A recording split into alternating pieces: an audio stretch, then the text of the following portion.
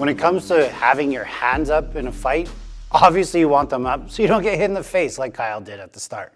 Where the hand should be, in my opinion, is dependent on what range you're at. If he's outside of punching range right now, he should be presenting no target to me. So if you come and look from my point of view, right? If I'm looking at Kyle, I don't want to punch him in the face with any straight punches. I'm going to have to go circular to get there. So his hands are in a perfect position because I'm not boxing and I'm not in the pocket.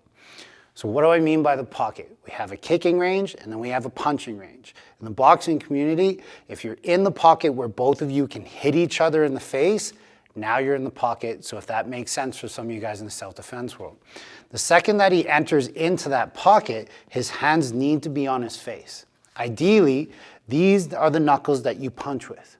These knuckles here can be your indexing knuckles. Right underneath his cheekbone, he's going to put those there.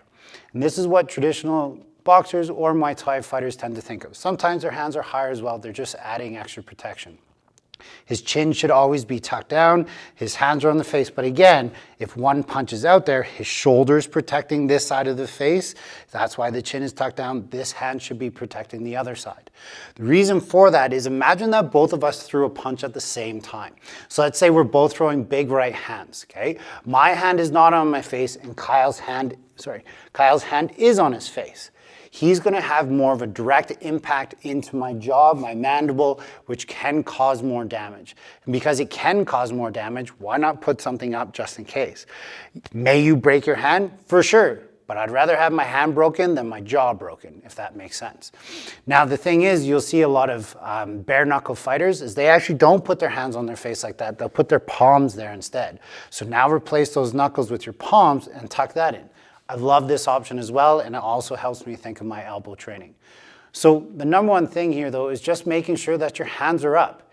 If your hands are up while you're fighting, you have a better chance of throwing offensive strikes while having some form of defense. That's really the number one thing that you're taking home. So a little drill that you can practice, I'm in kicking range. I'm in boxing range. I'm in kicking range. I'm in boxing range. When you're in the pocket, now the hands come on the face. So if you're throwing your jab out, perfect. But now my hands are always returning to my face. One of my old MMA coaches said it best. At the end of a class, if you don't have little bruises underneath your cheek, you weren't protecting yourself. Don't just hover your hand over here.